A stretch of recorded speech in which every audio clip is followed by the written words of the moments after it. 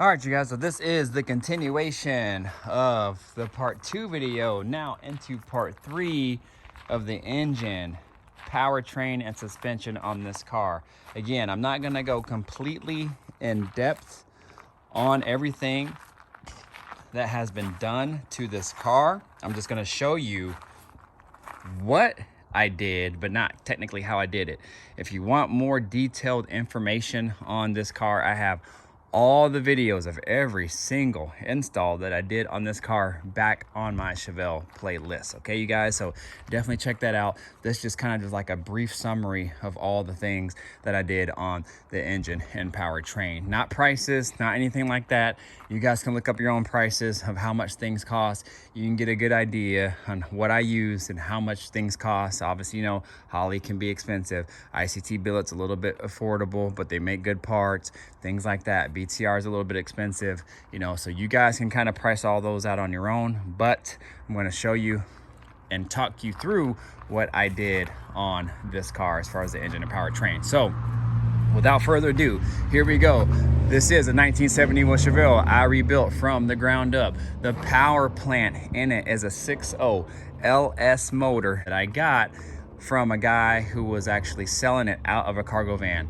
I didn't care that it came out of a cargo van because, as you guys know, the GM platform shares a lot of the same engine components and things like that, and a lot of them can flip from one accessory can go in this car, one accessory can go in this car, and so on and so forth. So I knew that I was going to tear it down and build it back up to look something like this. So anyways, it's a 6.0 LS motor, truck motor out of a, I think like a 2003 or 4 cargo van, express van, I believe they're called. I think it was 2500, so it was a 3/4 ton or something like that. So anyways, this one is unique because it was actually built in a crossover year. So I think 2005 is when they kind of switched them over. So I have some components from a 2005 that were actually supposed to go in a Gen 4 motor, but ended up in a Gen 3 motor. So I know some of those kind of crossed over and they use like newer parts in older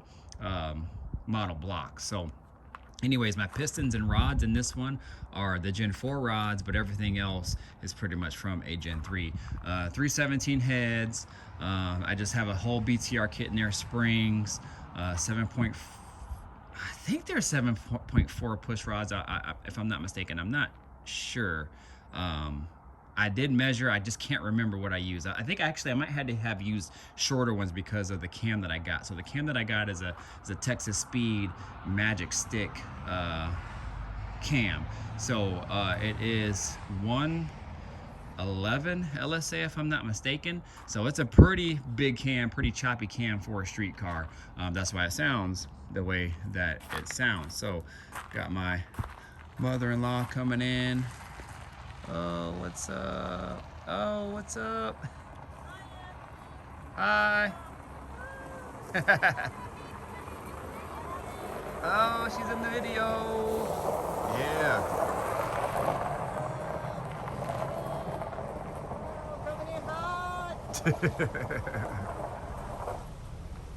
Yes, her nephew's birthday, so she treated him for a little birthday day out. They went to GameStop and Walmart. He wanted to go to Walmart to pick a toy. So anyways, y'all, let me chime in here in a moment when I chat to them real quick. All right, you guys, so I had to chat it up with them for a little bit. But anyways, we're back. So yeah, so got the Texas Speed Cam Magic Stick. MS3 is what it's called. Again, 111 LSA, pretty aggressive cam. I probably really didn't need to go that big, but I wanted this thing to be pretty dang aggressive. So this is a street car. It is what it is. I did order probably a little bit higher stall than maybe I would have liked to, but it is what it is. It all comes with the learning process and everything. So I have a 3800 stall on a TH400. So I'll talk a little bit more about that here in a moment. What's up, Ranger? Ranger, what's up? There's my little guy Ranger there. But yeah, y'all, so I got that stall in there. Again, I'll talk a little bit more about that in a moment. But anyways, everything with this engine has been rebuilt. Again, Gen 4 pistons and rods, but all the bearings, everything has been replaced. The crank is actually in really good condition. I just had it polished and reworked. All new gaskets. I have a whole BTR gasket set, again, along with the whole BTR push rod and spring setup. Truck coils, I just use the square ones that they have. These coil covers are actually Clayton machine again, just like my window cranks and stuff in there, so everything flows. Again, Clayton machine there. They're actually pretty spendy, but they're different, you guys. So you always see everybody with the full valve cover or coil cover that look like kind of like a big block. They make them look like big block valve covers, but I just wanted something a little bit different, and those actually flow. So anyways, got those there. But it was very important for me to kind of try to hide all the wiring the best that I could. Obviously you're gonna see some of that, but at some point all these wires here I want to cover with some of that mesh loom at some point. I don't know, I might leave it like that, who knows. But I do have to clean some of the wiring up in the back, because when I finally got the car done, as I was in a rush to get it done for the Good Guys show, I did get it all done, but I didn't finish kind of wrapping all the wires in the back, so I still have to loom those, basically is what they need. But all of them are soldered, everything is good to go on those. Aeromotive, fuel pressure regulator, all the fittings and stuff like that are just from Amazon. They're good brands. I ended up just getting some that had really, really good reviews. Some of them are Earls, because I had a lot of Earls fittings before, but I dearly didn't want to pay the Earls money again for a lot of this stuff, so I just got some reputable brand fittings that actually worked, that I knew that worked from previous builds. All of the hoses, as far as the fuel lines go, are all rated for E85, so if I did want to go E85 at some point, I could, but right now I'm not on E85. Low car dipsticks for transmission and oil. Headers, long tube headers for Chevelle from Speed Engineering.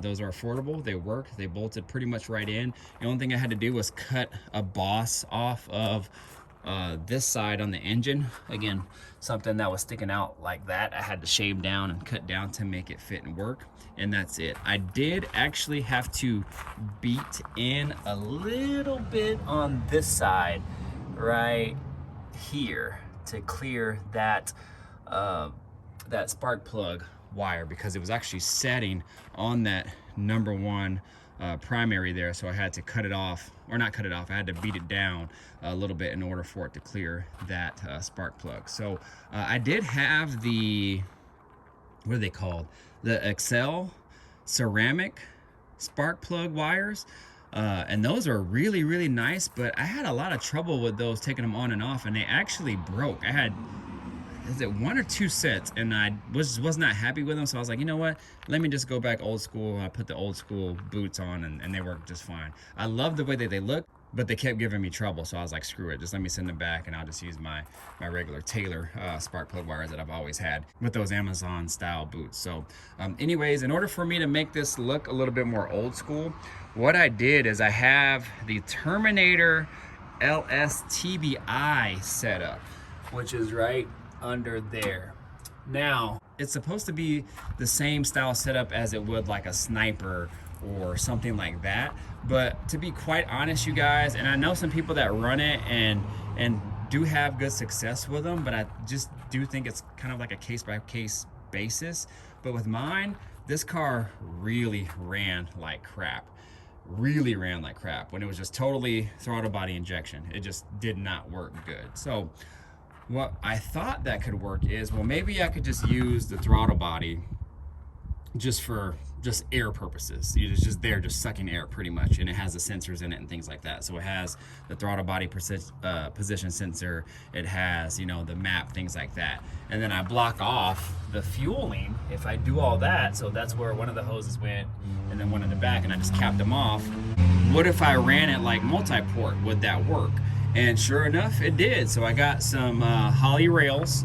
I think these are the LS1 style rails. Now, one thing about this, guys, don't use the Summit recommended ones that they say are like these, because they don't work. I tried it and it didn't work. But what I did do is, it was crazy. So I had to buy these rails worked, but the rails only come with the rails. They don't come with any other attachments. So what I did is I ended up keeping the Summit ones because that Summit kit came with this here and all the fittings and all that, and it was actually cheaper for me just to keep that Summit kit and keep these versus buying all new lines and fittings and stuff like that. So I ended up just keeping the rails anyway because it had all the other attachments for the kit. So anyways, long story short, that's what happened. These are truck injectors. They're 36 pound, I think 36 pound truck injectors.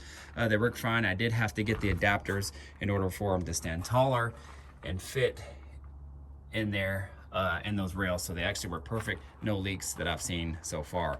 I did have to get adapters as well in order for them to fit the injectors as well too. Now the harness that I used, because I couldn't use the TBI harness originally because I went multi-port, was I had to get an LS1 style universal harness from Holley that actually hooked up to my computer, and then it went to all the normal sensors and things like that, and it was pretty much plug and play. Now the only thing that I did have to do was the map sensor, I believe it was.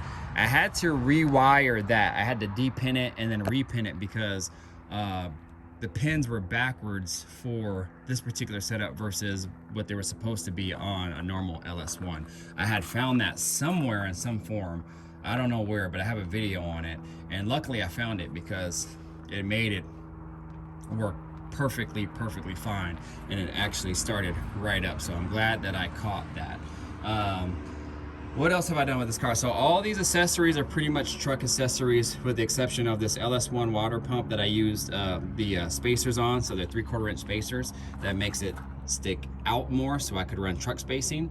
That's actually from the donor vehicle, the cargo van, and so was that power steering pump. Now all this is going to eventually go away because I have a CVF whole supercharger set up along with my Pro Charger that I'm going to be sticking in here. So all this is going to look totally different because that whole kit comes with all the accessories and everything that's needed. So I'm not going to really go in depth on this because it's going to be changing anyway, but if you guys want to know, I just got this truck style power steering bracket set up from ICT Billet.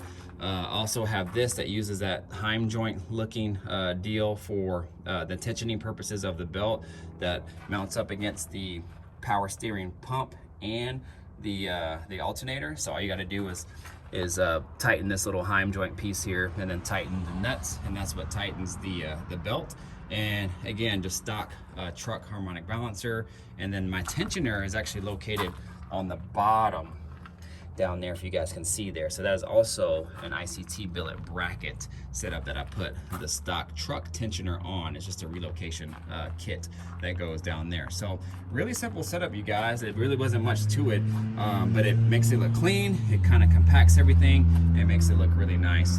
Now all of the other stuff in here, like these inner fender wells, all this here, the core support, all that stuff is all stock to the car. I think this is original, that is new. This is original, this is original, this is original, that radiator top support. This is actually the radiator is actually for a big block car, but I made it work for this car so it fits nice. And I relocated the battery in the back, but what I did is I put a positive junction up here just in case I needed power to supply to anything under the hood. So that gets its power from the battery in the back. And other than that, I think that's pretty much it. So I do have a pass-through positive terminal. If you guys can kind of see it right down there. So I have a pass-through terminal that goes through the firewall, and then that pass-through goes, I have another wire that goes from that to the starter, and then I have that power feed going to here. So that way, again, I can have a positive junction here in the engine bay. Those hood hinges are Ring Brothers, definitely expensive, but kind of a pain to install and adjust. Just letting you guys know right now. I don't know if it's so much the hood hinges or the hood, but one or the other or a combination of both made it really challenging for me to install this hood. But nonetheless, they are great hood hinges. Definitely spendy, but they work great. Just the Amazon catch can until I kind of can figure out what I want to do with it. It works fine. I'll keep it if it's gonna stay there. It looks fine there. I'm happy with it, but I do like to run a catch can. The only thing that I can't run, and it's because of this hood, is the windshield wipers, and that hole right there is where the windshield wiper motor would go. And I actually got a windshield wiper motor from a company called Rain Gear. It's actually a smaller style windshield wiper motor that actually attaches to your regular harness and pigtail and all that stuff, and you could tie it into your normal switch here. They have an adapter that you can use for your stock switch, but because of this hood and how it's sitting back so far, I can't run any wipers, and I can't even get my hands inside of there to hook up the wiper arms. That's just a whole other deal, you guys. I don't even want to talk about it, but anyways, that's kind of what's happening with that right now. So I'm running no wipers, but on all of my cars, I don't run wipers anyway. I haven't for years. That's just kind of just how I've always rolled. Willwood braking system. So I got this master cylinder. That is their new one. I think it's called their Tandem or something like that, or I don't know, something. But it's their newest one. It's supposed to be just a little bit more efficient in braking and whatnot. So I went ahead and got that one. I decided not to do the booster because I just wanted a more of a nice clean look, and maybe at some point I might go Hydro Boost, but it is what it is. I have the proportioning valve and everything. I just tied it into my existing lines with adapters. So I took off the proportioning line that normally sits on the frame, took that off, put that on there, and just use adapters to kind of make everything work. It was a little bit of a challenge to kind of get those adapters to work and not leak, but I made it happen and it all works. So electric fans are from like a 2002 Dodge Intrepid. I think these actually came out of a Concorde, which is like the nicer version, Chrysler Concorde, I think it was, if I'm not mistaken. But they have the built-in relays. They spin really good and fast, and that's why they're a popular swap, just because of how fast and how much air that they flow. Gosh, man, I think they're like, I don't know, like 3,500 CFM or something crazy like that. So they have the built-in relays. So again, I just have them hardwired into a switch. So that way when I flip the switch, which is down there, if you guys can see it, they come on and run all the time at high speed. And that's not really what I want, because I would like to have a low and a high, but it is what it is until I can figure out what's up with the computer. So in order to make this engine sit in here, I had to get the CPP adjustable motor mounts. And just keep in mind, with the Chevelle, they came with 2 shock towers. They came with like short and wide and tall and skinny. And I believe mine are the short and wide ones. So there's 2 different part numbers for that. I'm not exactly sure what those are, but I did some research on it. I actually ordered the wrong ones. I ordered the ones that'll fit the tall and skinny, and mine are the short and wide. So ended up doing that, and I have a lot of adjustment from the front to back, but right now I have the engine sitting all the way back, so that way I have a lot of room up here. So it's regular power steering box, so that's just normal. And then I didn't do anything with the column. I would like to change it at some point. A lot of people do the Jeep upgrade. I might do that, or I might go even more aggressive with a nicer style steering column and steering box, similar to what my buddy Derek has on his. And if I need more consulting, I'll follow up with him. But a good upgrade is a 96, 97 Jeep power steering box, and you can also get the column to work with it as well. If I'm missing anything else, you know, the whole engine was rebuilt. I used new timing chain, new oil pump, I mean everything. All the sensors are new. Everything is new on this car. When I had it tore down, I just figured might as well just replace everything while it's all tore down and I'm putting it back together. Other than that, as far as anything mechanical under here, I don't think I'm really missing anything. This trans cooler came with it. I just added a fan from Amazon, again wired it in to that junction, and it's on a thermostat, so I think if it gets like 185 degrees or something like that, the fans will kick on. So That way it saves the life of the transmission, especially if I'm running a higher stall.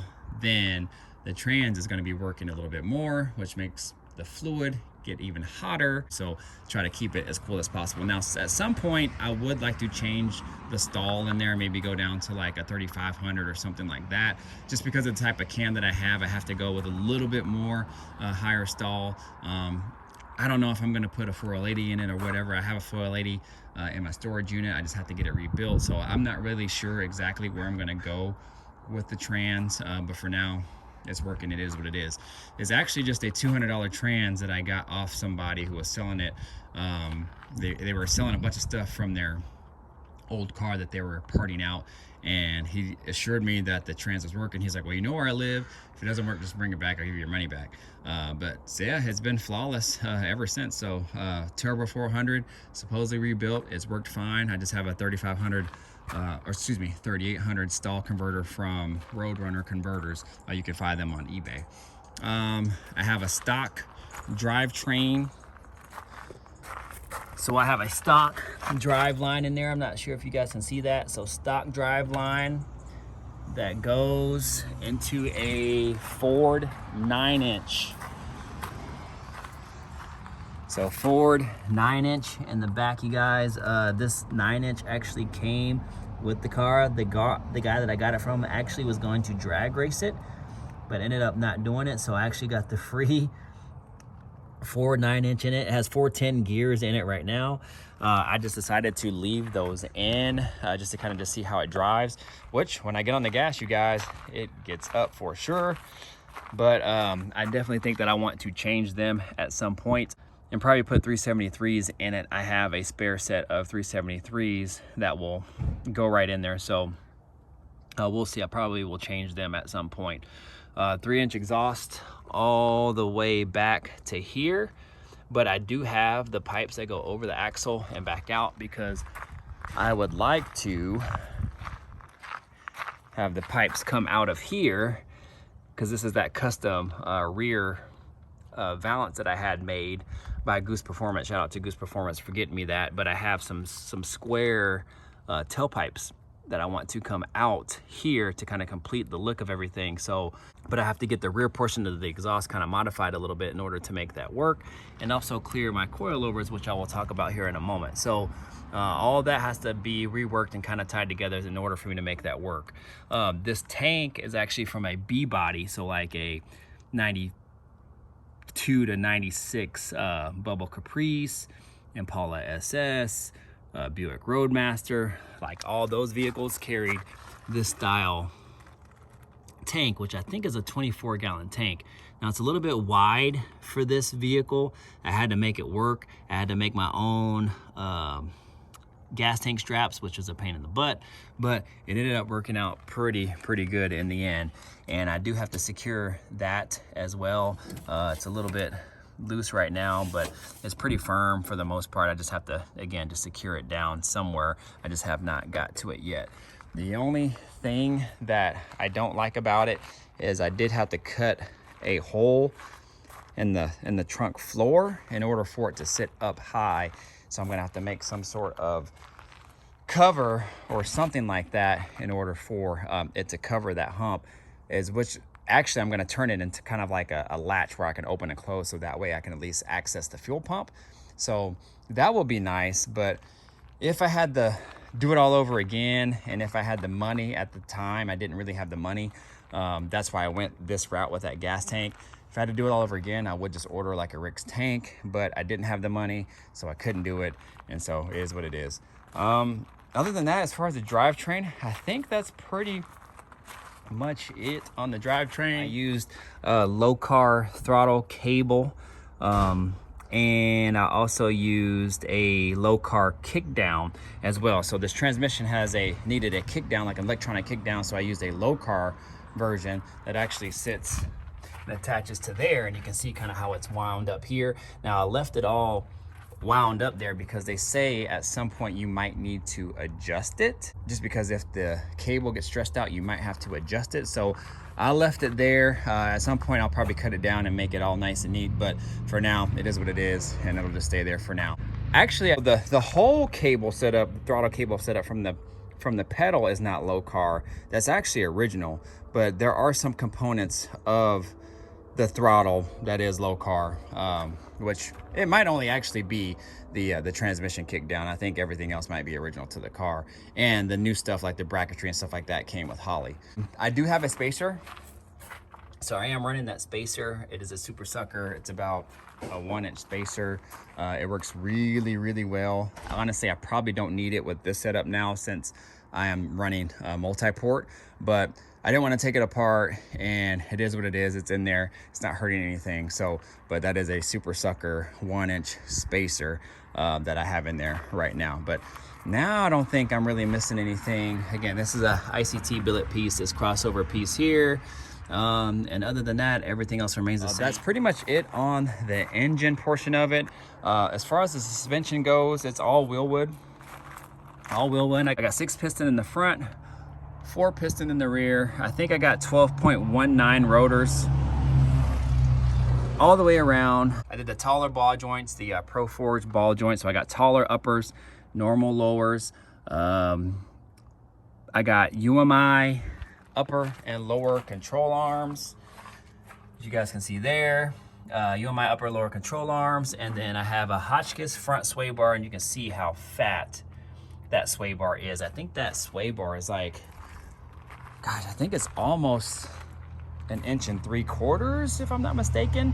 It's like, it's the biggest sway bar that you can get pretty much on the market. I haven't seen any other sway bar bigger than that, unless, you know, some use it for racing or something like that. But as far as like your normal kind of daily car, just something you can just buy from like UMI, Hotchkiss, things like that is a solid, thick sway bar.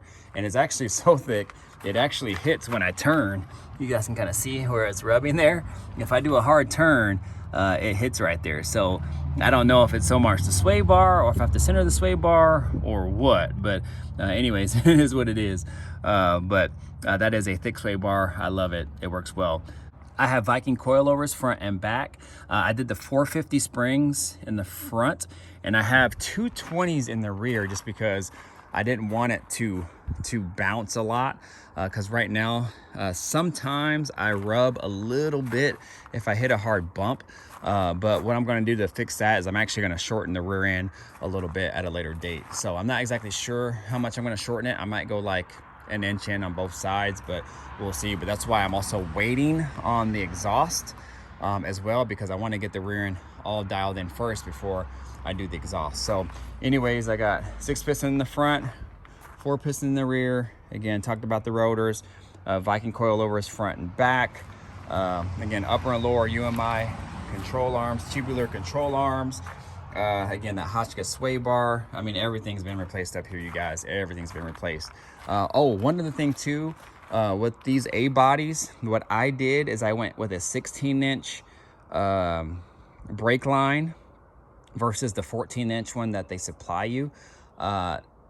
Turn to turn, like hard turn to hard turn, full turn to full turn, you will max out that 14-inch. So that's why I went with 16-inch. So I read that somewhere, and then I verified it again and again, and so that's why I went with the 16-inch line. And what I'm talking about is the line that goes from the caliper up to there. You guys can see there. So you see where it comes down and it goes to the caliper. So that's why I went with a 16-inch line. So that's the line there. In the back, you can stick with your 14-inch or however setup you have. I actually have a different setup. I actually have a longer line that goes all the way from here all the way to the T at the top, and I just got rid of the hard line. That's just what I did. So anyways, I have adjustable lowers, UMI on the bottom, so that way I can move this front to back, and that way I can kind of space things out in the center here. And I have actually Hotchkiss uppers, and those I have Hotchkiss upper and lowers that actually came with the car, and I had the Hotchkiss upper and lowers here until I found out that I had to move the rim front to back, so then that's why I got those adjustables.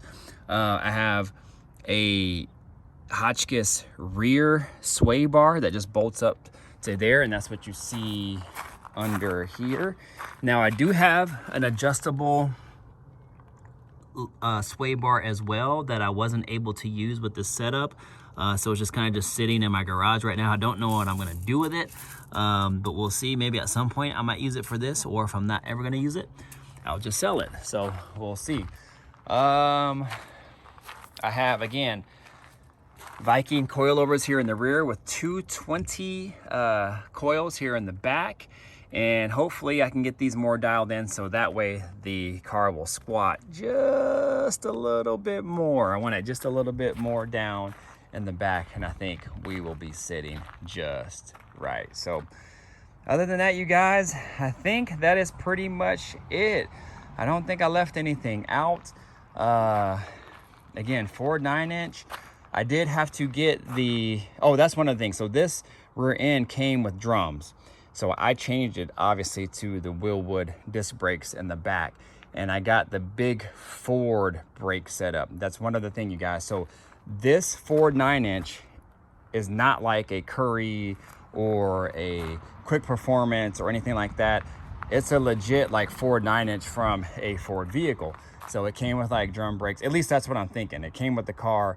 It came with drum brakes. I know that they can make the new Ford 9-inches with drum brakes if you want them, but just the age of it and how it looked, I don't think it was a newer style Ford 9-inch. So what I did is I had to order the disc brake kit for a big Ford brake setup. So if you go on Willwood's website, you will see the different types of ones that you can buy, and based off the flange that's on the end of the rear end, when everything is off, it will give you the shape of it and everything for you to reference your setup so you know which one to buy. So mine is the big Ford setup. It is not made for a Chevelle. So that's one thing that I can mention to you on that.